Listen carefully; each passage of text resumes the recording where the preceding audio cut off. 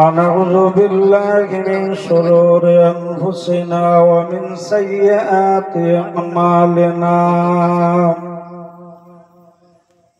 من يهده الله فلا مضل له ومن يضلل فلا هادي له ونشهد أن لا إله إلا الله وحده لا شريك له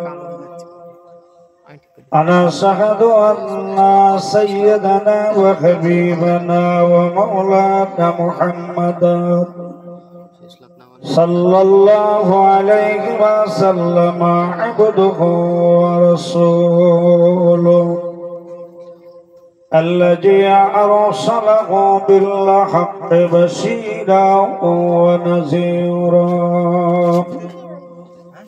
وداعيا إلى الله بإذنه وسراجا منيرا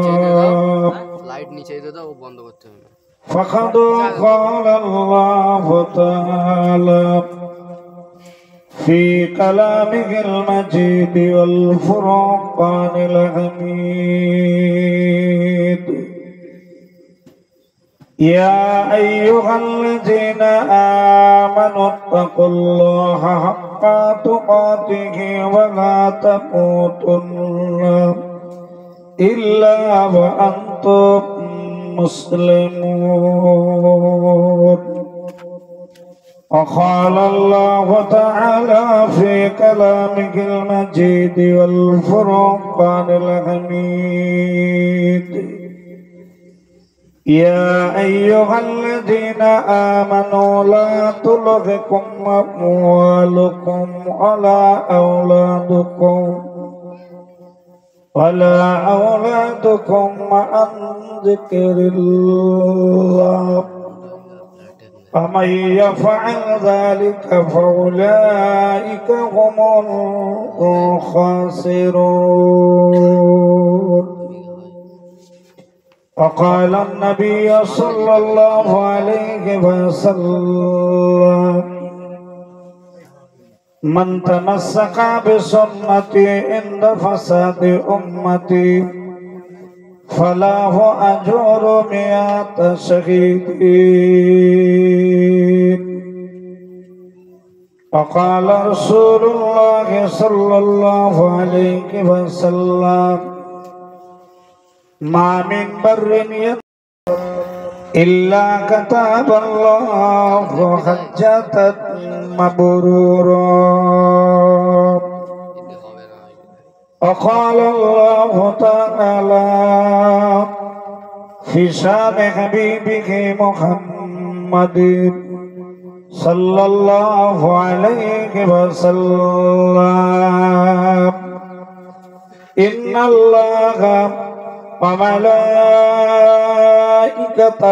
يصلون على النبي يا أيها الذين آمنوا صلوا عليه وسلموا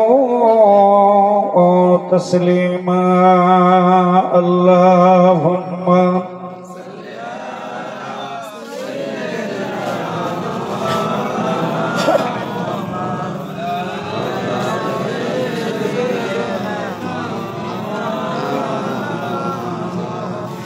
पैगंबरों का रोजा दिखा दे खुदाया दरी मुबाद से मिला दे खुदाया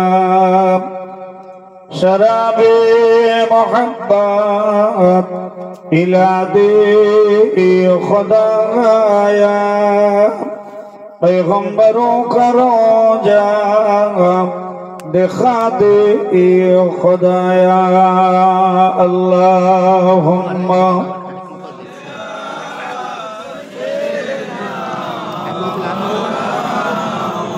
व अला आले सय्यदीना নূরের নবীর নার ছবি মতির মতো চমক দেয়, মুস্কে হাসি হাসলে পরে চাঁদের আলো হার মানায়। আল্লাহুম্মা সাল্লি আলা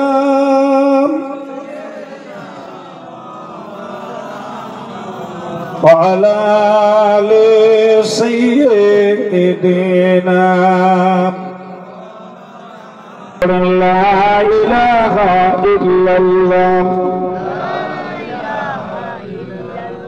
لا إله إلا الله محمد رسول الله بالإيمان سارا আরো পড়েন ফেরেশতারা পড়িতে আছেন তারা যে লা ইলাহা ইল্লাল্লাহ লা ইলাহা ইল্লাল্লাহ মুহাম্মাদুর রাসূলুল্লাহ। সবাই পড়েন সাল্লাল্লাহু আলাইহি ওয়াসাল্লাম।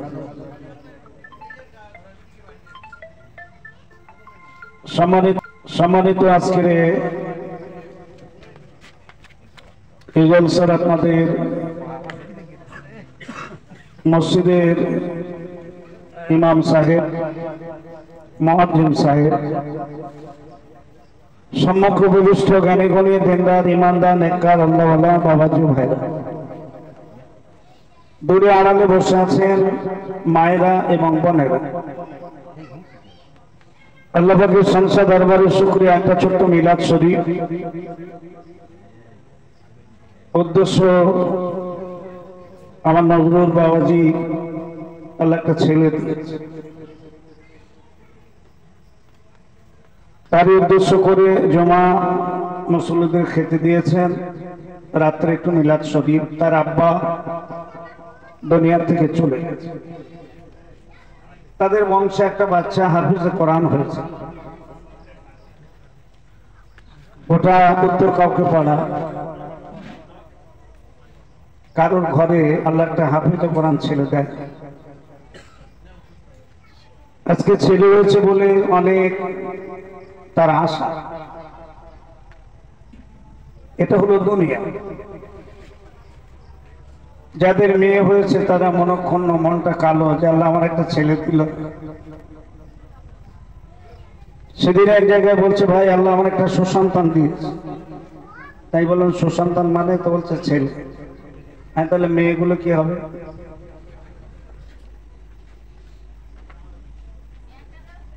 বলছে ভাই আপনার কাছে একটা জিনিস জানতে চাইলাম, আপনি আর একটা ঘুরিয়ে বললেন। ছেলে যদি সুসন্তান হয় তাহলে মেয়েরা কি হবে? কুসন্তান বলতে আমার পীর কালিমুল্লাহ সিদ্দিকী সাহেব মিজলা হুজুর পীর কেবলা দুনিয়াতে চলে যাওয়ার পরে আমি কালিমুল্লাহ হুজুরের হাতে বায়াত হয়েছি। উনি বলতেন, বাবু মেয়ে ছেলে, মেয়েদের যখন বলা হয় তাহলে মেয়ে ছেলে বলি, তাহলে মেয়ে আর ছেলে দুটো একসঙ্গে, আর ছেলেকে ছেলে মেয়ে বলা হয় না। আল্লাহ দিয়েছে, খুশি থাকো, তবে যদি ছেলের মতো ছেলে বানাতে পারো কপাল ভালো, নইলে তোমার কপাল খুব খারাপ আছে, এটাও জেনে রেখো, লিখে রেখে। আমি গুনাহগার ইমাম সাহেব অনেকদিন রয়েছি বাবু, বুড়ো হয়ে গেছে, আমার কথাটা স্মরণ রেখে দিই। বাপ মা সবারই আশা সন্তানের উপরে থাকে, সন্তান মানুষ করে, মানুষ করতে হয়, মানুষের মতো মানুষ করতে হয়। আমাদের এই বয়সে যা কিছু দেখেছি, আর এই মহল্লায় কম হলো 42-43 বছর হয়ে গেছে। কত ছেলে মেয়ে সবাই দেখলাম তো, হাতে করে বিয়ে দিয়েছি, বিয়ে পড়িয়েছি।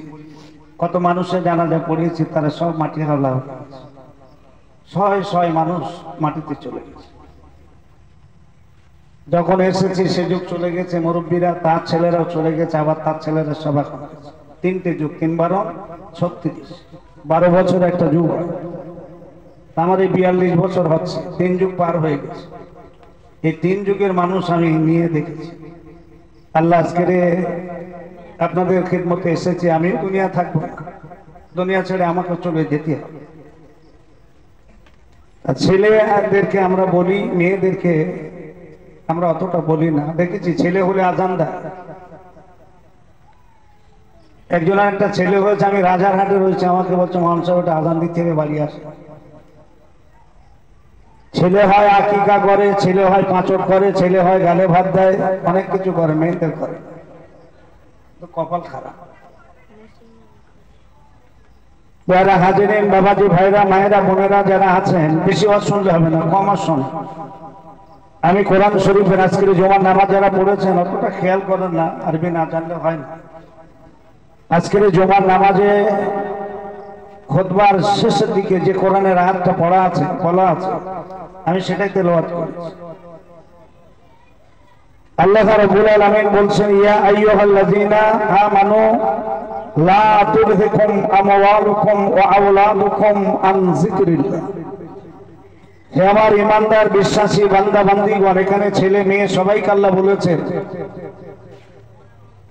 লা তুলহিকুম ওয়া আমওয়ালুকুম ওয়া আওলাদুকুম, তোমাদের অর্থ সম্পদ, তোমাদের ছেলে মেয়েদেরকে আন যিকরিল্লাহ, আমি আল্লাহ আমার জিকির, আমার স্মরণ থেকে যেন তোমাদেরকে আল্লাহ মাহরুম না করে। দুনিয়ার সন্তানের মহব্বতে আল্লাহকে ভুলে যাবে, অর্থের বিনিময়ে আল্লাহকে ভুলে যাবে। আল্লাহ তাই সাবধান করে দিলে, তোমরা তোমাদের অর্থ মাল সন্তান থেকে যেন আমি আল্লাহ আমাকে ভুলেছি।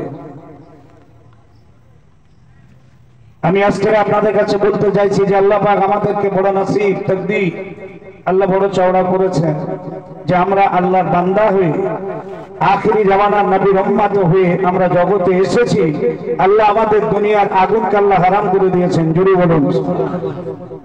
আমরা যদি মুসলমান না হয়ে, নবীর উম্মত না হয়ে অন্য কওমে যদি জন্ম নিতাম, তাহলে আমরা মারা গেলে আমাদেরকে দুনিয়ার আগুনে পুড়িয়ে দিত। আল্লাহ তার থেকে আমাদেরকে হেফাজত করেছে। এর থেকে আল্লাহর বড় নেয়ামত আর কিছু আমরা শুকরিয়া আদায় করতে পারি যে সেই দুনিয়ার জাহান্নামের আগুন থেকে আল্লাহ আমাদেরকে বাঁচিয়েছে আর আখিরি জামানার নবীর উম্মত হওয়ার সৌভাগ্য দান করেছেন, জোরে বলুন সুবহানাল্লাহ। দরুদ শরীফ পড়বেন শুধু মিলাদে, যখন সময় পাবেন বসে বসে নবীজির শানে দরুদ শরীফ পড়বেন। আমার নবী জিন্দা নবী, আমার নবী হায়াতুন। আমার যে সব ভাইরা হজ করে এসেছেন, আমরা হজ গিয়েছেন, তারা মদিনা দেখে এসেছে। পৃথিবীর এত সুন্দর জায়গা গোটা বিশ্ব ভুবনে আর নেই যেখানে আমার নবী শুয়ে আছে। নিয়ত রাখেন, যাওয়ার জন্য রেডি, টাকা জোগাড় হয়ে গেলে চলে যেতে। ও ঘর বাড়ি জমি জায়গা ছেলে মেয়ে অত দেখলে হবে না। কেন? যারা আমার হবে না তাদের জন্য আমার এত ব্যতিব্যস্ত।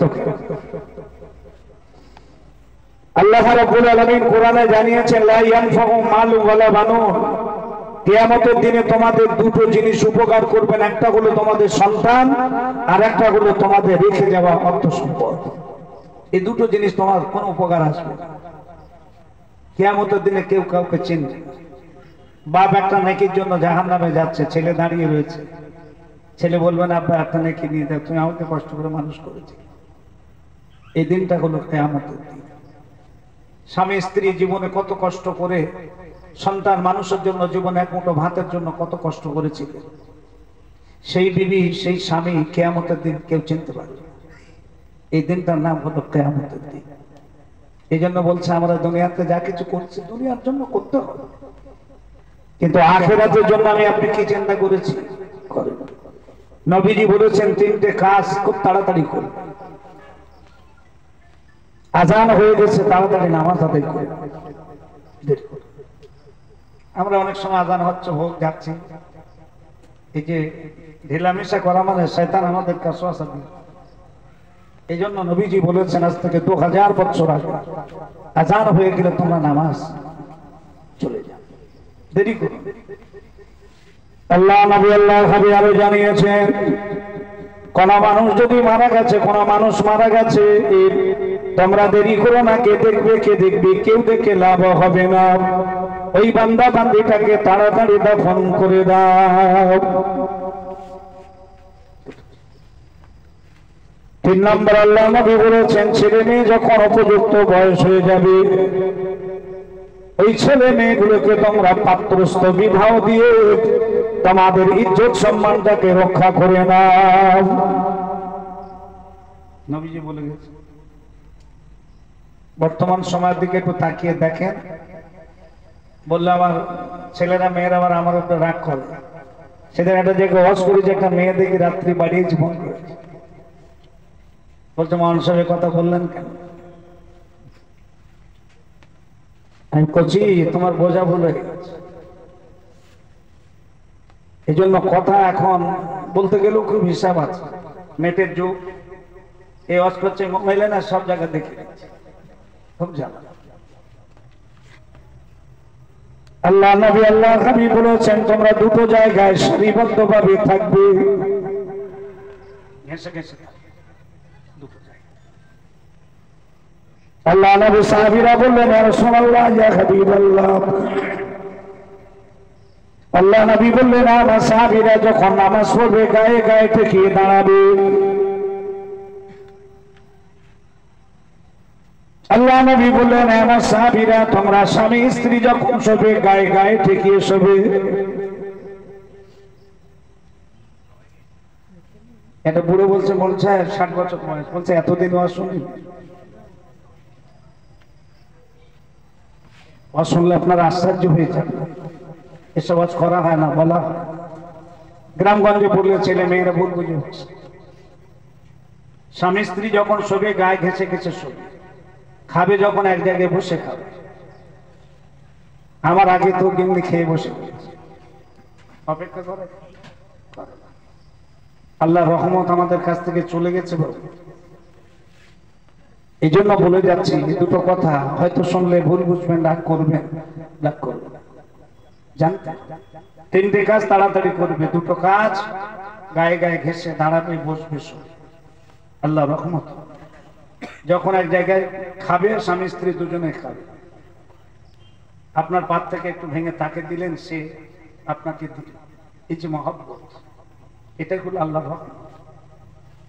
এই জন্য সামাজিক কথা একটা বলা আছে, ছোটবেলায় মা আর বয়স হয়ে গেলে বিবি, এই দুটো যারা হারা হবে তাদের জীবনে বড় দুঃখ আছে।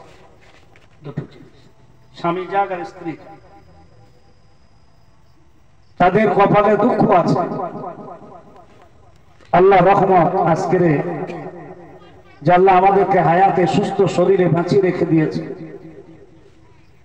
আমাদের ইমাম সাহেব ওয়াজ করছিলেন নবীজির মহব্বত। আমরা নবীকে দেখতে পাইনি, নবীর দেশটাও আমাদের দেখা হয়নি। আমার নবী মক্কা ছিল 50 বছর, আর 13 বছর ছিল নবী মদিনা। যে ঘরটাতে নবীজি শুয়ে আছেন এটাই হলো নবীজির ঘর। একটু জোরে বলুন সুবহানাল্লাহ। আমরা মরে গেলে কবরস্থানে নিয়ে যাই, আল্লাহ নবী নিজের ঘরের মধ্যে শুয়ে আছেন। আম্মা জান আয়েশা সিদ্দিকা রাদিয়াল্লাহু তাআলা আনহা এই ঘরে নবীজি থাকতেন। আল্লাহ নবী ইন্তেকাল ওফাতের পরে নবীজি এই ঘরে বিশ্রাম করছে। কিয়ামত কিয়ামত পর্যন্ত নবী থাকবেন। আমার নবী জিন্দা, নবী জোরে বলুন সুবহানাল্লাহ।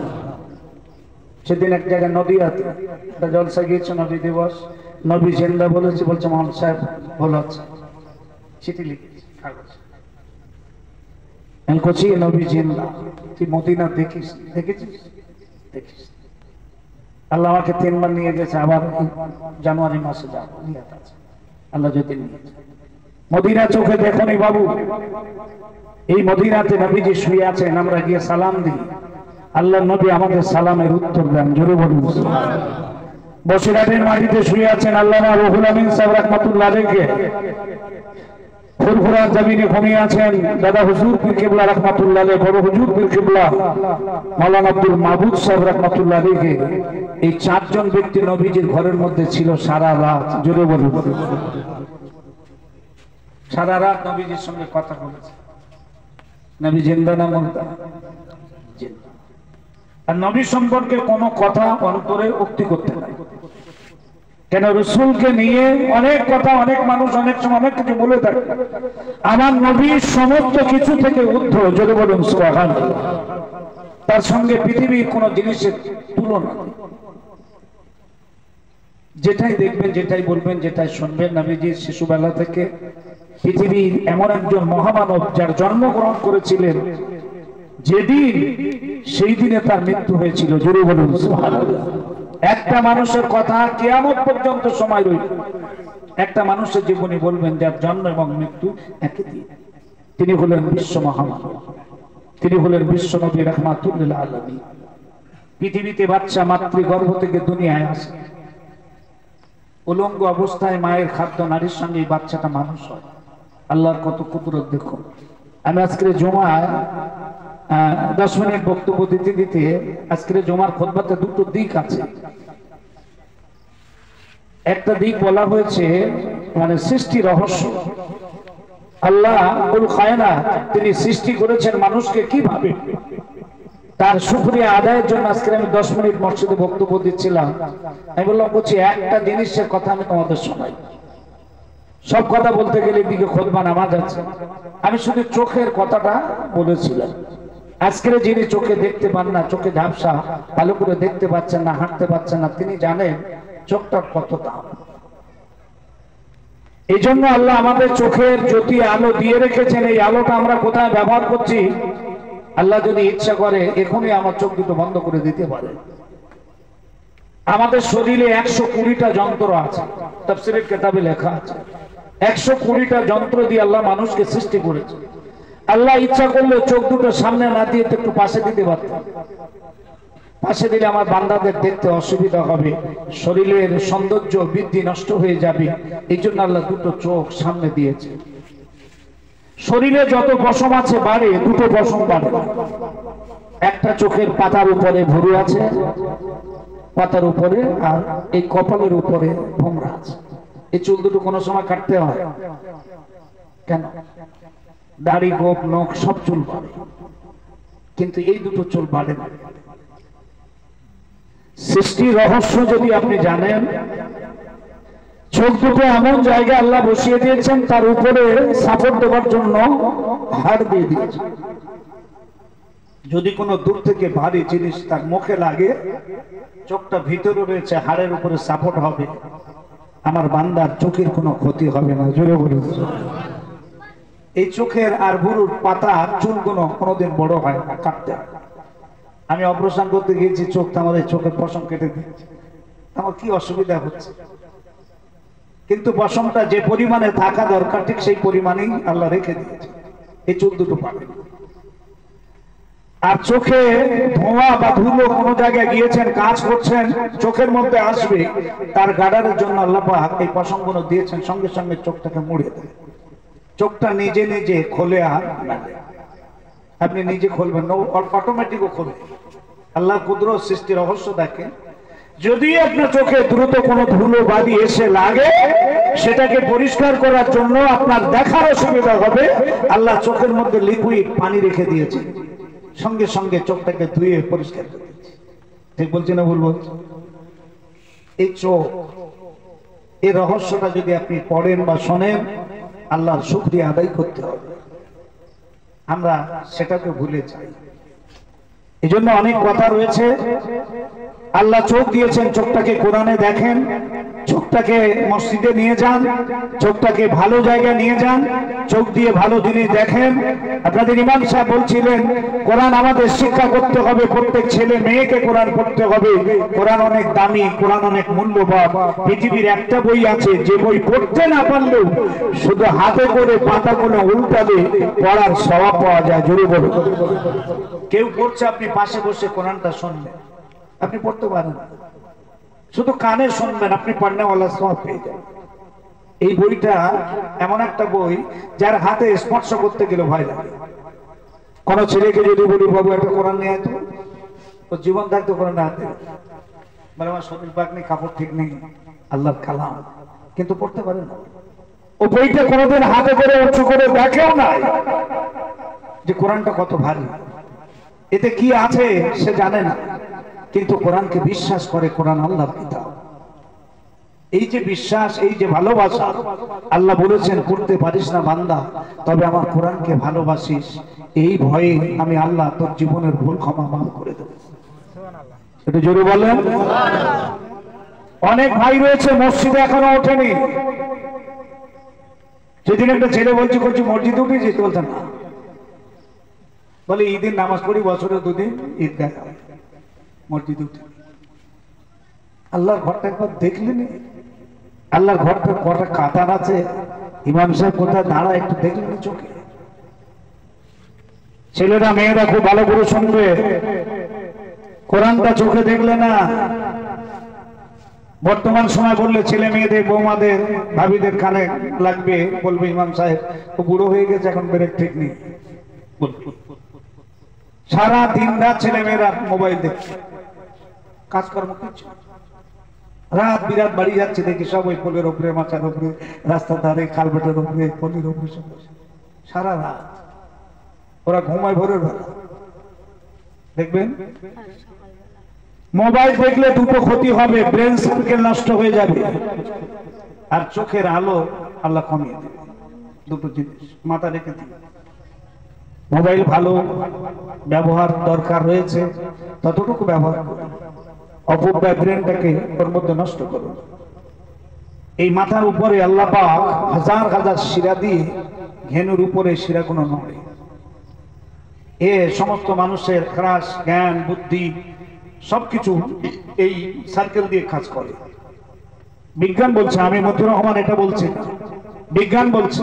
দেখবেন একটা ছোট্ট কথা বোঝানোর জন্য বলছি, আপনার গায়ে একটা মশা বসেছে, এই মশাটা বসেছে কামড়াচ্ছে, জানবে কি? শরীরের চামড়াকে ত্বক বলা হয়। একে কামড়াচ্ছে কেন, কোথায় বসে কামড়াচ্ছে আপনি বুঝতে পেরেছেন। চামড়া ব্রেন সার্কেলের চেকারে ফোন করে, ব্রেন ওখান থেকে ফোন করে দেয় হাতে, হাত তুমি রেডি হও ওটাকে মারার জন্য।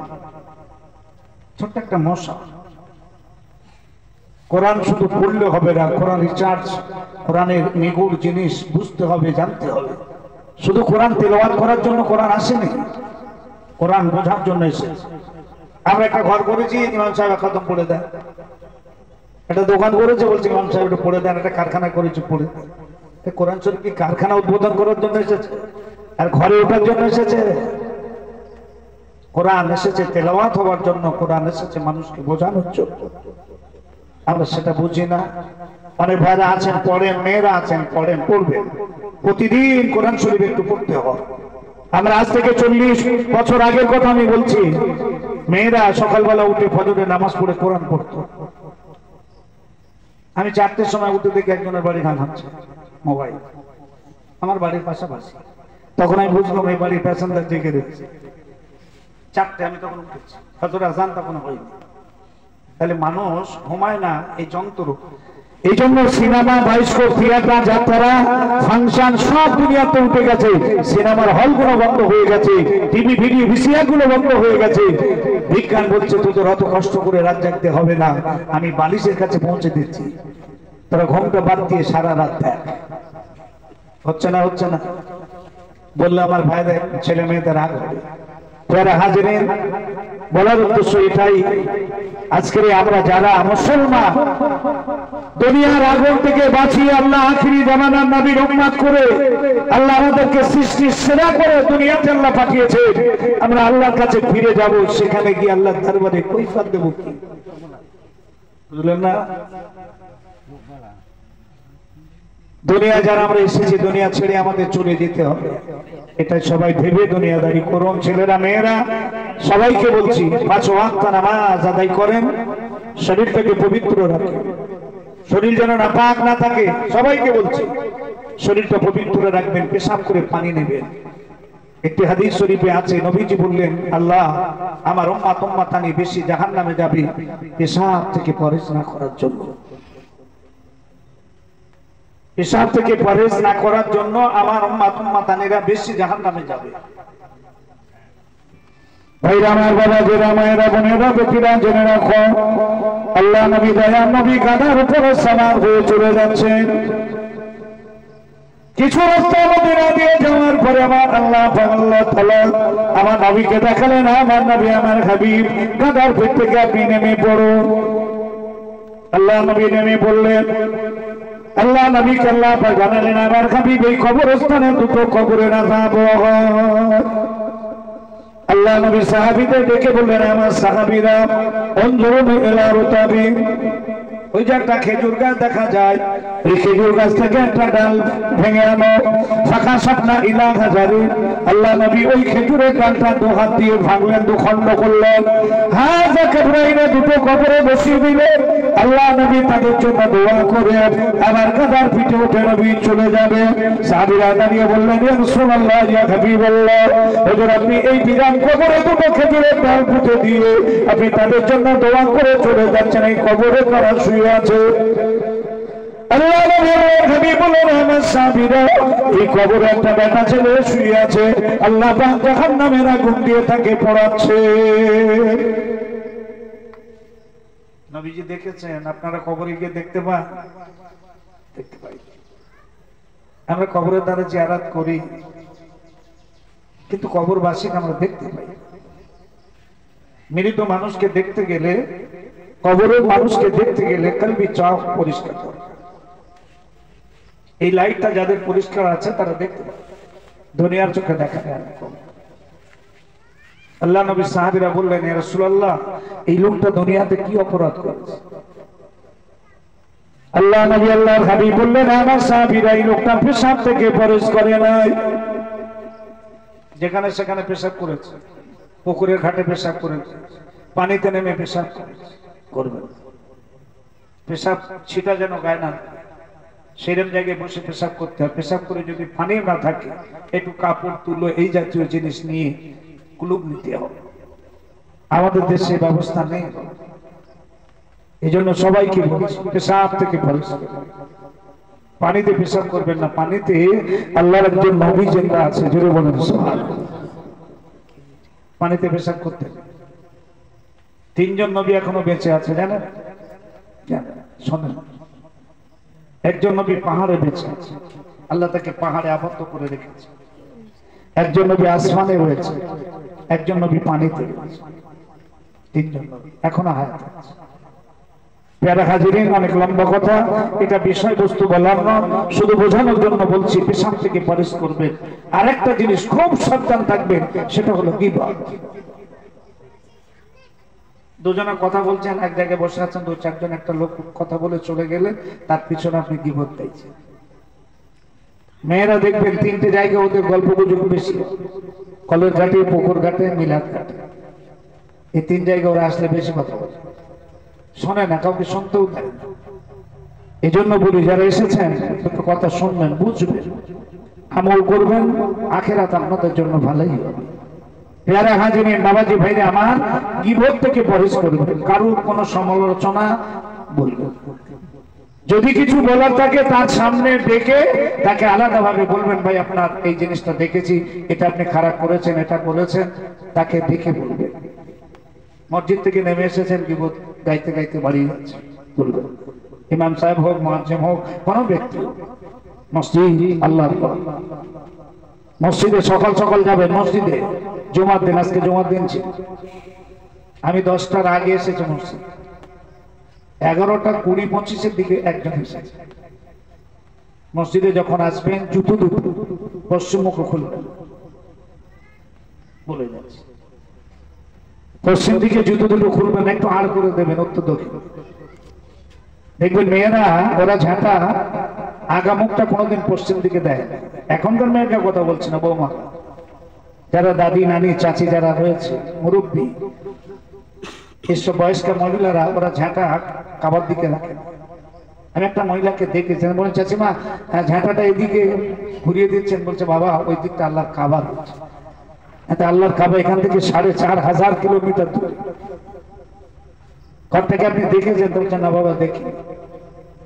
তাহলে ওইটার দিকে আপনি ঝাঁটার আগাটা দিলেন না? বলছে। তখন বুঝলাম এই মেয়েটা, এই মহিলার মধ্যে আল্লাহর ভয় রয়েছে, আল্লাহর কাবার মহব্বত রয়েছে। এখনকার মেয়েরা, বৌমারা সব গ্যালার্জি করে, বুঝলেন না? এই জন্য কাবা কোথা, জুতো দুটো খুলবেন। আল্লাহ মসজিদে যখন আসবেন, ডান পাটা আগে দেবেন। আপনি যেই মসজিদে উঠবেন, আল্লাহর একজন ফেরেশতা ওই দরজার মুখে খাতা কলম নিয়ে বসে আছে, আপনি দেখতে পাচ্ছেন। মুসলিম শরীফের হাদিসে নবীজি বলেছেন, আল্লাহর ওই কাতিব ফেরেশতা ওখানে বসে জুমার দিন। আজকে যারা মসজিদে গেছে, ওই দরজার মুখে বসে রয়েছে আল্লাহর ফেরেশতা। যে লোকটা যাচ্ছে তার নামটা ওই খাতায় লিখে রাখছে। জোরে বলুন সুবহানাল্লাহ। ইমাম সাহেব যখন খুতবা দিচ্ছেন আল্লাহর ওই ফেরেশতা কাতিব লেখা নামগুলো নিয়ে আল্লাহ দরবারে জমা দিয়ে দেয়। জোরে বলুন সুবহানাল্লাহ। এই দিনটা হলো জুমার দিন। জুমা শব্দের অর্থ হলো জামাত, এক জায়গায় জামাত। কোরআন শরীফে আছে, যারা কোরআন পড়তে পারেন, এখানে লেখা আছে জানুদি আলিস সালাতে কায়াউমিল জুমা ফাসাউ ইলা যিকরিল্লাহ ওয়া জাহারুল বাহি। আয় আমার ঈমানদার বিশ্বাসী বান্দা বান্দীগণ, তোমরা জুমার জন্য রেডি হও। তোমাদের কেনা বেচা সব কিছুকে বন্ধ রেখে দিয়ে তোমরা মসজিদে চলে এসো। সারা সপ্তাহ তুমি যা কিছু করেছো আল্লাহ দরবারে জমা হবে, আর আল্লাহ তোমার জীবনের সব গুনাহ মাফ করে দেবেন। জোরে বলুন। এই জন্য জুমার দিন যেতে হবে। আর আমাদের যত কাজ জুমার দিনে বেশি আছে, দেখবেন মিস্ত্রি বলেন, কারিগর, আমার ছেলেরা কাজ করা বলে, মাঠে চাষাবাদ বলেন, জুমার দিনে সব থেকে বেশি হবে। অন্য দিনে কাজ কম রয়েছে, শুক্রবারের দিনে কাজ বেশি। আল্লাহর পরীক্ষা। জুমার দিনে হলে একটু নিয়ত করে নিয়ে 11টা 11:30 কাজ করে দিয়ে বন্ধ করে গোসল করে রেডি হয়ে চলে যাবে। ভাই আমার জুমার দিন, সপ্তাহের একটা দিন জুমা, আপনি মসজিদে চলে যাবেন সকাল সকাল। জুমার নামাজ পড়ে ফিরবেন। আব্বা মা যেখানে শুয়ে আছে তাদের কবরটা একটু জিয়ারত করে বাড়ি। তারা বলো কবরে সব রয়েছে, আমরা দেখতে পাই। তারা অপেক্ষা করে সন্তানের জন্য। নেক্সট সন্তান হয়েছে বলে, ছেলে হয়েছে বলে আজকের কত আনন্দ খুশি। নবীজি বলেছে তখনও খুশি তোমার মা বাবা কবরে, যখন সন্তান কবরের কাছে গিয়ে দোয়া করে। এই জন্য সবাই রেডি। জুমার দিনটা জুমার নামাজ পড়বে, সপ্তাহে একটা দিন তো নামাজ পড়বে। মসজিদ কাছাকাছি হয়েছে, মাশাআল্লাহ ভালো হয়েছে। আল্লাহ নবী বলেছেন মসজিদের পাশে 40টা ঘর, কিয়ামতের দিন আল্লাহ পাক তাদেরকে জিজ্ঞাসা করবে, ছাড়নি মসজিদের পাশে বাড়ি? বলছে বলছে মরে গেলি মাদার খোলার কাছে দিয়ে মুয়াজ্জিমের আযান শুনবা, সারা জীবনে মসজিদে যায়নি, আযান শুনবা। 40 ঘর মুসলমান, আল্লাহ তাদের হিসাব দিতে হবে। আর যত কাজকর্ম থাক তারা সব ছেড়ে দিয়ে নামাজে চলে যাবে। একটা ছোট্ট কথা বলে যাচ্ছে, আল্লাহর একজন বান্দা খুব গরিব ছিল, খুব গরিব। এখন তো গরিব দেখা যায় না বাবু।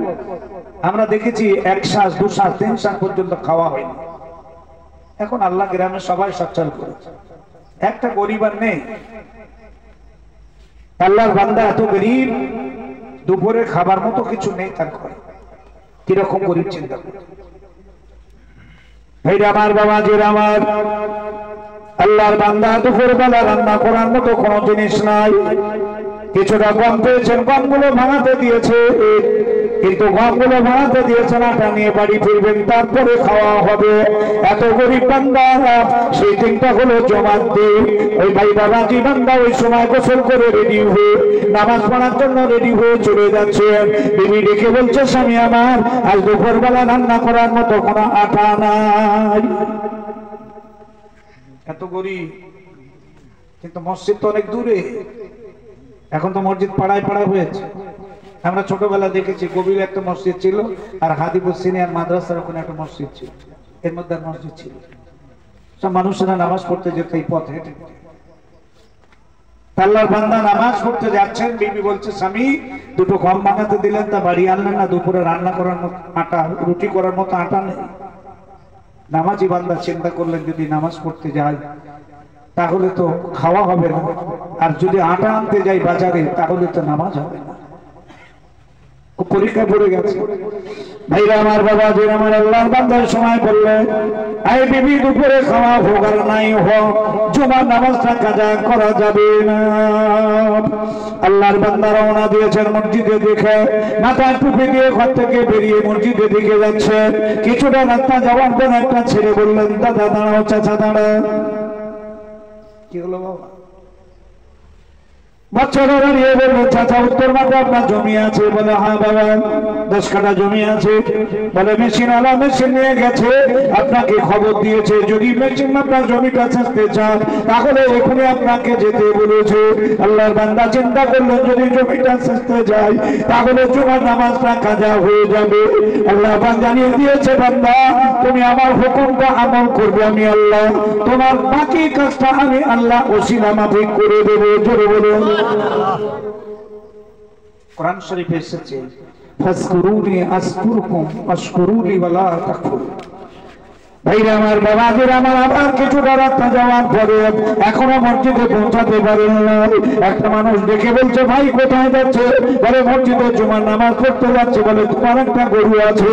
বলে গরুটা খোকা উঠে পালিয়ে চলে গেছে। নামা আমরা একটুখানি ওসিলা বলি ছেড়ে হাতে কাজ রয়েছে, দর্জিরা বলছে থাকে আছে, চাও না, তোর ব্যবসা ভালো হবে না। রাগ করো না, দর্জিয়ালারা বলে বলছে আমার হিংসা করে বদ্ধ করছে। আল্লাহকে ভুলে যাবে, আল্লাহ তোমাকে ভুলে যাবে, এটা আল্লাহর কথা বলছে। আল্লাহর বান্দা চিন্তা করলেন, গরুটা যদি ধরতে যায় তাহলে জমার নামাজ কাদা যা হয়। আল্লাহর বান্দা মসজিদে যাওয়ার পরে জুতো দুটো খুলে ডান পাটা দিয়ে আল্লাহর কাছে দোয়া করলেন, আল্লাহুম্মা আফতাহ লি আবওয়াব রাহমাতিকা। আল্লাহ পাক আল্লাহ তাআলা নামাজের জন্য জুমার দিনে মসজিদে এসেছে। আজ মসজিদে আল্লাহ তোমার রহমতের দরজা আমার জন্য খুলে দাও। সমস্ত বিপদ মুসিবত থেকে বিদায় দিয়ে আল্লাহর বান্দা মসজিদে চলে এসেছেন। আল্লাহ বলে, বান্দা আমার হুকুম নামাজটা আদায় করবি, আমি আল্লাহ ওসিলা মাফিক বাকি সব কাজগুলো আমি আল্লাহ করে দেব। এটা হলো তাওয়াক্কাল, আল্লাহর উপরে ভরসা, বিশ্বাস। আল্লাহর বান্দা মসজিদে নামাজ পড়ছেন, নিয়ত করেছেন, নামাজে নিয়ত করে দাঁড়িয়েছেন, সূরা কিরাত পাঠ করছেন, কিন্তু মনটা রয়েছে আমার বাড়িতে আটা নাই, দুপুরে খাওয়া হবে না। মনটা রয়েছে আমার জমিটা চাচা হবে না, মেশিনওয়ালা কবে আবার মেশিন নিয়ে আসবে। মনটা চলছে আমার গরুটা ফুসকে গেছে, আমার গরুটা খুলে গেছে, কার ক্ষতি না ক্ষতি করছে। হয় না, হয় না? আমরা দুটো পাট মেলে দিতে নামাজ হয় না। আমার ভালো মনে আছে, আমার ছোটবেলায় সিঙ্গারাইতে একটা লোক দাঁড়িয়ে আছে, নামাজ পড়ে, পাট মেলে দিয়েছে, পানি হয়েছে, ভিজে গেছে, দাঁড়িয়ে চেঁচে বাস্তব বলছি, মিথ্যা কথা বলছি। আমি মতিউর রহমান মিথ্যা কথা বলি, নিজে দেখেছি, নিজে শুনেছি বলে বলছি। তাহলে তার তাওয়াক্কাল, বিশ্বাস কোথায় রয়েছে? পানি আল্লাহ দিতে পারে, ভিজে গেছে, যে আল্লাহ ভিজেছে সে আল্লাহ শুকাবে। এর নাম ইমানদার। ইমানদারের মুখে এই কথা, আল্লাহ ভিজিয়েছে, আল্লাহ শুকাবে। তাই বলে নামাজ ছেড়ে দিতে হবে, সে নামাজই পড়লো না দুটো পাটের জন্য। সব বেঈমান মুসলমান।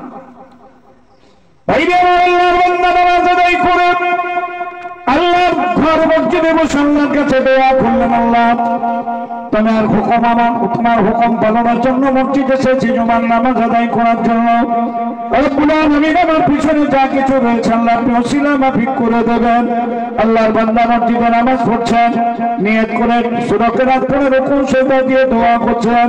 ভাইরে আমার, ওই নামাজি বান্দা যে কলে গম বানাতে দিয়েছিল, তার বাড়ির পাশে ভাইপো সেই করে দিয়েছিল, ভাইপো আটা আনতে চলে গেছে। ভাইরে আমার, কলে গিয়ে চাচার প্যাকেটটা ভুল করে নিজের প্যাকেটটা রেখে চাচার প্যাকেটটা নিয়ে বাড়ি চলে এলো। আল্লাহ বলে, বান্দা নামাজ আদায় করবি, আমি ওসিলা মাফিক তোর বাড়িতে খাবার পৌঁছে দেবো। আল্লাহর বান্দা বাড়ি চলে এলেন।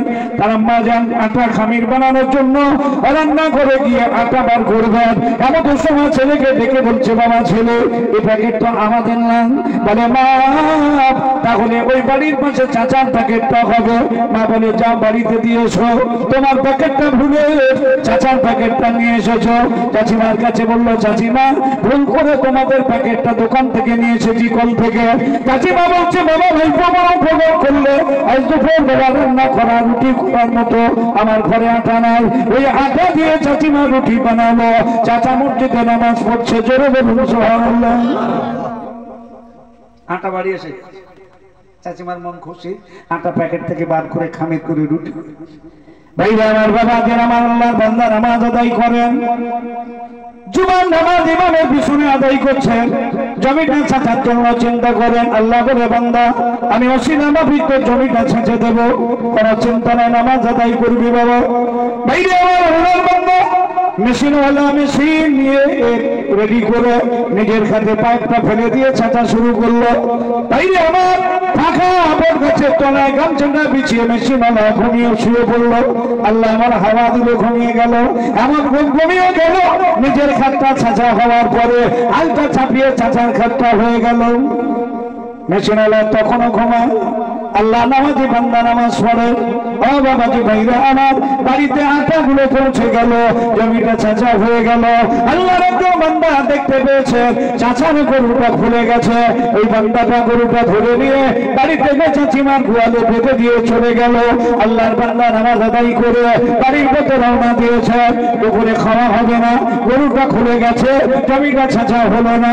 এই চিন্তা মাথা নিয়ে আল্লাহর বান্দা নামাজ আদায় করে বাড়ি ফিরে বাড়ির কাছাকাছি উঠানে পৌঁছালো। গায়ের জামাটা খুলে, টুপিটা খুলে জামার পকেটে দিয়ে ভাই তারার উপরে জামাটা রেখে দিয়ে গামছাটা কাঁধে করে ছুটতে লেগেছে। কারণ এখনো উত্তর মাঠে মেশিনের আওয়াজও হয়, এখনো মেশিন রয়েছে, জমিটা সৃষ্টি হবে। বিবি সাহেব ওই সময় বললেন, হ্যাঁ আমার স্বামী কোথায় যাচ্ছ? বলে উত্তর মাঠে এখনো মেশিন চলে। বলে হয় মেশিনওয়ালা এখনো আছে। বলে সারাদিন কিছু খাওয়া হলো না, নামাজ পড়ে ফিরলে তাহলে 4টা রুটি খেয়ে যাও। বললে ঘরে আমার ঠানায় রুটি কোথায় গেলে? বলে তোমার ভাইপো দিয়েছিল গম করে গম ভাঙাতে, প্যাকেটে আটা লাগা প্যাকেট চিনতে না পারে, তোমার ভাইপো প্যাকেটটা বাড়ি নিয়ে এলো। আল্লাহ নামাজি বান্দা 4খানা রুটি খেয়ে তৃপ্তি হয়ে পূর্ণ করে আবার জমিটা চাচার জন্য মাঠে দৌড়ে গেল।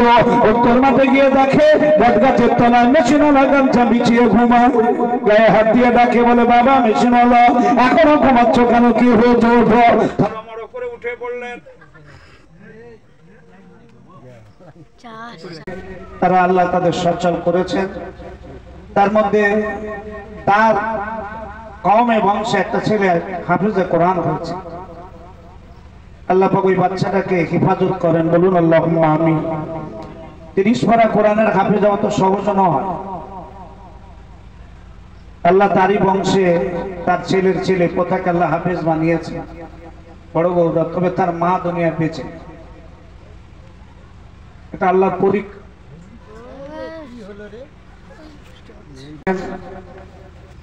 আল্লাহ যেন তাকে হেফাজত করেন। কেন হাফেজ হওয়া যায়, কিন্তু হাফেজ হয়ে বেঁচে থাকার কষ্ট আছে। আমি দোয়া করি, আপনারা সবাই দোয়া করেন যে আল্লাহ পাক এই নিয়ামত আল্লাহ তাকে নসিব করেছেন। সববারে হয় না। অনেক মানুষ দেখেছে, অনেক ছেলে দেখেছে, ছাত্র জীবনে আমরা দেখেছি 10 পারা 15 পারা 20 পারা 28 পারা পর্যন্ত হয়েছে, আর নসিব হবে। 30 পারা দাঁড়িয়ে কোরআন শোনাতে হয়, তারপরে পাকড়ি 30 পারা কোরআন শোনাতে হবে, সকাল থেকে শুরু হবে। 4 জন হাফেজ সাহেব বসে থাকবেন, ও তেলাওয়াত করবে। তারপরে বিকালবেলা মাথায় পাকড়ি বেঁধে দেওয়া হবে। আল্লাহ কোরআনটাকে তার কলিজায় আল্লাহ হেফাজত করেন, বলুন আল্লাহুম্মা আমিন। একটা ছেলে দিয়েছেন, আল্লাহ বাচ্চাটাকে সুস্থ রাখেন। সবার আশা, ছেলের আশা বাবু, ছেলেকে মানুষ করেন, দিনের পথে তাকে জীবনটা তৈরি করবেন। যে শিক্ষায় শিক্ষিত করুন, তাকে ছোটবেলা আল্লাহ কোরআনটা শেখাবেন, ছোটবেলা আল্লাহ কোরআনটা শেখাবেন আর নামাজ পড়া শেখাবেন। বাচ্চাকে নিয়ে যাবেন মসজিদে। আমরা মসজিদে ছেলে মিলে আল্লাহ হাঁকা চেল্লা করি, এই করছি হাঁকা চেল্লা করিস, ওরা একটু নামাজে ডিস্টার্ব করছে, তো হোক না, ওরা মসজিদে আসা যাওয়া করুক। এই মুসল্লিরা মরে গেলে মসজিদে কে আসবে? ওদেরকে আসতে দিতে। আমরা ছোটবেলায় গিয়েছি মসজিদে, নামাজ জানি না, দোয়া কালাম কিচ্ছু জানি না, মাথায় টুপি নেই, হাত পান করে গিয়েছি, সেজদা দিচ্ছি, প্র্যাকটিস। আল্লাহ নবী দু জাহানের বাদশা সাইয়্যিদুল মুরসালিন রাহমাতুল লিল আলামিন হুজুরের 2টো নাতি ছিল, যাদের নাম হাসান এবং হুসাইন। একদিন আসরের নামাজ পড়াচ্ছেন নবীজি মসজিদে নববী। নবীজির জামানার মসজিদ তখন ছোট ছিল, এখন তো মসজিদ অনেক বড়। মদিনার মসজিদে 7.5 লক্ষ মানুষ নামাজ পড়ে। জোরে বলুন সুবহানাল্লাহ। কত বড় মসজিদ! 7.5 লক্ষ মানুষ ভিতরে নামাজ পড়ে, বাইরে চাঁদওয়ালা আলাদা। এত বড় মসজিদ পৃথিবীতে আছে। এই মসজিদের ইমাম হলেন আমার নবী। আসরের নামাজ পড়াচ্ছেন আল্লাহ রাসূল, আর মেম্বারে নাতি দুটো এসে বসে। আপনি বাড়িতে নামাজ পড়বেন, দেখবেন পরীক্ষা নামাজের পাটি পেলে যেই সেজদা দেবেন আপনার নাতিটাকে শুয়ে পড়বে। আল্লাহ নবী বলছে তুমি অপেক্ষা করো। ওকে সরিয়ে দিও না, ওর পিঠের উপরে সেজদাও দিও না, অপেক্ষা করো, নামাজ আপনার নষ্ট হবে। ভালো করে শুনবেন, বুঝবেন। নবী পাক সাল্লাল্লাহু আলাইহি সাল্লাম যেই সেজদা দিয়েছেন পিঠের উপরে দুজনে উঠে পড়ে। আমার নবীর চুলটা বাবলি চলছে, হুজুরের বাবলি চুল দুটো দুই ভাই ধরে চুপ করে পিঠের উপরে নাচছে। আল্লাহ নবী সিজদাটা লম্বা করে দিয়েছে, সাহাবীরা মাথা জমিনে রেখে চুপ করে আছে। আল্লাহ নবী উঠছে না, চিন্তা করছে কি হবে। একজন সাহাবী মাথাটা উঁচু করে দেখে আল্লাহ নবীর পিঠে দুটো সাওয়ারি বসে রয়েছে। জোরে বলুন সুবহানাল্লাহ। নবীজি ইচ্ছা করলে নাড়া দিলে পড়ে যেত, কিন্তু নবীজি ফেলে দিলেন না, পিঠের উপর বসে। কিছুক্ষণ ওরা লাফালাফি করার পর ওরা যেই নিচে নেমেছে, আল্লাহ নবী তখন সিজদা থেকে মাথাটা উঁচিয়ে করেছে। সাহাবীরা বললেন, ইয়া রাসূলুল্লাহ, ইয়া হাবিবাল্লাহ, হুজুর আপনি এক রাকাত নামাজ একটা সিজদা ছোট করলেন, একটা লম্বা করলেন। আল্লাহ নবী বলেছিলেন, আমার সাহাবীরা আমার পিঠের উপরে হাসান হোসেন বসেছিল, এজন্য আমি লম্বা করে দিলাম।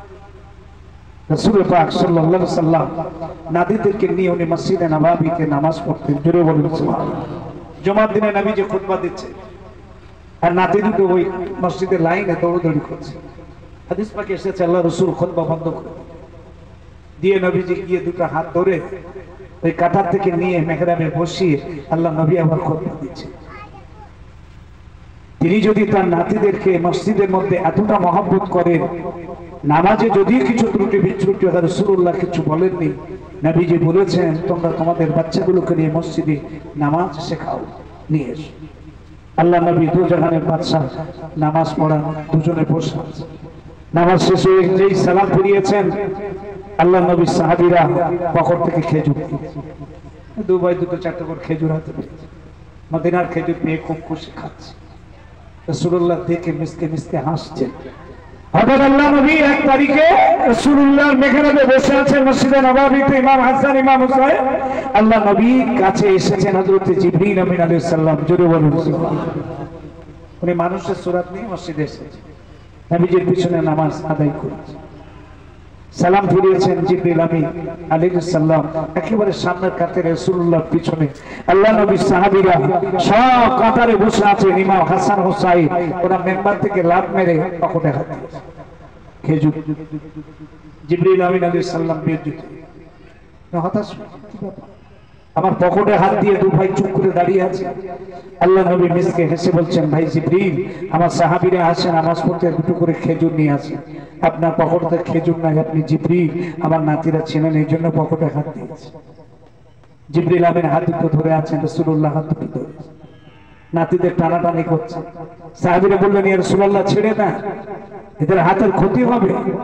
জিবরীল বললেন, ইয়া রাসূলুল্লাহ আপনি ছেড়ে দেন, ওরা আমার কাছে আসুক। আপনি যদি আমাকে বলেন আমি জিবরীল, এখনই আল্লাহ জান্নাত থেকে খেজুর এনে ওদের খাইয়ে দেবে। সুবহানাল্লাহ। আল্লাহ নবী বললেন, না ভাই জিবরীল যেতে হবে। জিবরীল আমিন আলাইহিস সালাম বললেন, ইয়া রাসূলুল্লাহ আপনি আমার হাত থেকে ওদের হাত দুটো খুলে নিচ্ছেন, আমার কষ্ট হচ্ছে। আমি জিবরীল ওদেরকে অত্যন্ত মহব্বত করি। আল্লাহ রাসূল মিসকে হেসে বললেন, ভাই জিবরীল, আপনি আমার নাতিকে আপনি মহব্বত করবেন, আপনি ফেরেশতা, আপনি মুআল্লিমুল মালাকুত, ফেরেশতাদের সর্দার, আপনি আমার কাছে এলাম ওহী নিয়ে আসেন, আপনি আমার নাতিদেরকে কি ভালোবাসেন। জিবরীল দাঁড়িয়ে বললেন, ইয়া রাসূলুল্লাহ আপনার ফাতেমা যখন নামাজ পড়তেন, গভীর রাত্রে তাহাজ্জুদে নামাজ পড়েন, ওই সময় আপনার নাতিগুলো জেগে যায়, ওরা কাঁদে। তাই আল্লাহ পাক আমাকে পাঠিয়ে দেন, জিবরীল এসে ওদের হাল্লার দড়িগুলো ধরে নাড়া দিই ফজর পর্যন্ত। জুড়ে বলেছে আমি কম মহব্বত করি। যারা হাজিরিন, লম্বা চৌড়ানো আলোচনা শুধু এতটুকু আজকে বলে দিয়ে যাচ্ছি, জীবনটাকে শুধরে নিন, ফিরে আসুন। যাদের জন্য মায়া মহব্বতে আল্লাহকে ভুলে গেলেন, শরিয়তকে ভুলে গেলেন, ইসলামকে ভুলে গেলেন, কোরআনকে ভুলে গেলেন, তার আপনাকে কেউ ভুলা করবে না। সেদিন কবরে আপনি একা। তাই কি নিয়ে যাবেন কবরে, তার জন্য কিছু সামান জোগাড় করে নিয়ে যান। ভাইরা আমার, বাবাজিরা আমার, এতটুকু মেয়েরা মায়েরা সবাইকে বলছি, নামাজ সময় হয়ে গেলে নামাজ আদায় করবেন। সময় যখন একটু পাবেন, যারা কোরআন শরীফ পড়তে পারে একটু বসে কোরআন শরীফ পড়বেন। সকালে হয়তো একটু মাঠে যাওয়ার কাজ আছে, ব্যবসার কাজ আছে, এশার নামাজ পড়ে তো একটু সময় পাবে, তখনও বসে একটু কোরআন শরীফ পড়বেন। যতটুকু হয় ছোট করে হোক, এক রুকু হোক, এক পাতা হোক, পড়বেন। আল্লাহর কোরআনের সঙ্গে। আল্লাহ বলেছেন বান্দা যদি আমার সঙ্গে কথা বলতে চায়, বান্দা যদি আমাকে ভালোবাসতে চায়, তাহলে বান্দা যেন প্রতিদিন কোরআন তেলাওয়াত করে। কোরআন পড়া মানে আমি আল্লাহ আমার সঙ্গে কথা বলে। জোরে বলুন সুবহানাল্লাহ। কেন? কোরআন হলো আল্লাহর বাণী, আল্লাহর কথা। সেই কোরআনটাকে মহব্বত করুন, শরীরটাকে পবিত্র রাখুন। ওয়াক্ত হয়ে গেলে, আজান হয়ে গেলে মসজিদে চলে যান। দুনিয়ার সব কাজ ফেলে রেখে আল্লাহ সব কাজ আপনাকে করিয়ে দেন। শেষ কথাটা এটাই, যে কটা দিন হাতে বেঁচে থাকেন পবিত্র অবস্থা বেঁচে থাকবেন, নাপাক থাকবেন। ছেলে মেয়ে সবাইকে বলছে, নাপাক থাকলে আল্লাহ দোয়া কবুল করে না। নাপাক শরীরে দুনিয়া থাকলে শরীরে রোগ হয়, পাক পবিত্র থাকলে শরীরে রোগ হয় না। আল্লাহ যেন সবাইকে হিফাজত করেন, সবাইকে ভালো রাখেন, সুস্থ রাখেন। ছেলে মেয়েরা লেখাপড়া শিখছে, লেখাপড়া শিখুক, সঙ্গে সঙ্গে আল্লাহর কোরআন কালাম তাদের শিখিয়ে দিন। আমরা হয়তো অভাবের জ্বালায়, মা বাপ গরিব ছিল, পড়তে পারিনি, শিখতে পারিনি, আমাদের বাচ্চাগুলো তো সুস্থ আছে, তাদেরকে শিখিয়ে দিন। আপনি মারা যাবেন, আপনার কবরের ধারে দাঁড়িয়ে আপনার বাচ্চাটা কোরআন তেলাওয়াত করবে। এই সন্তান দুনিয়া রেখে যান। একটি ছোট্ট হাদিস, আল্লাহ নবী বলেছেন, মানুষ যখন মারা যাবে তার সমস্ত আমলের দরজা বন্ধ হয়ে যাবে। ইল্লা মিন সালাসাতি, তিনটে আমল যদি বান্দা বান্দি দুনিয়ায় করে যেতে পারে, কিয়ামত পর্যন্ত শুয়ে শুয়ে কবরে সওয়াব পাবে। এই তিনটে আমল, তার মধ্যে একটাও করেছে, কবরে যাবে।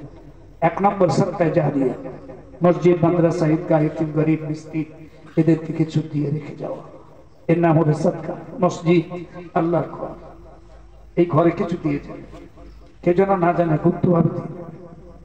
আমরা তো একটু জানা বোঝা হলে খুব হাঁকা চিল্লা তকবীর দিই না, দান করতে গেলে অত বাহাবা। নবীজির একটা হাদিসে আছে, আপনি ডান হাতে দান করলে রাসূলুল্লাহ বলেছেন যেন বাঁ হাত না। আমি হাদিসটা পড়ার পর আমার ওস্তাদকে প্রশ্ন করেছি যে হাত তো আমার দুটি, তা ডান হাতে দিলে বাঁ হাত জানবে না মানে? আমার বলছে, কচি তোমার বোঝা ভুলে গেছে, হাত জানা জানি না, এটা রাসূলুল্লাহ মিসাল দিয়েছেন।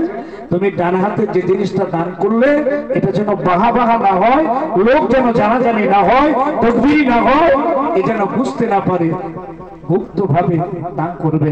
সাহাবীরা বললেন, ইয়া রাসূলুল্লাহ গুপ্ত ভাবে দান করলে লাভ কি হবে?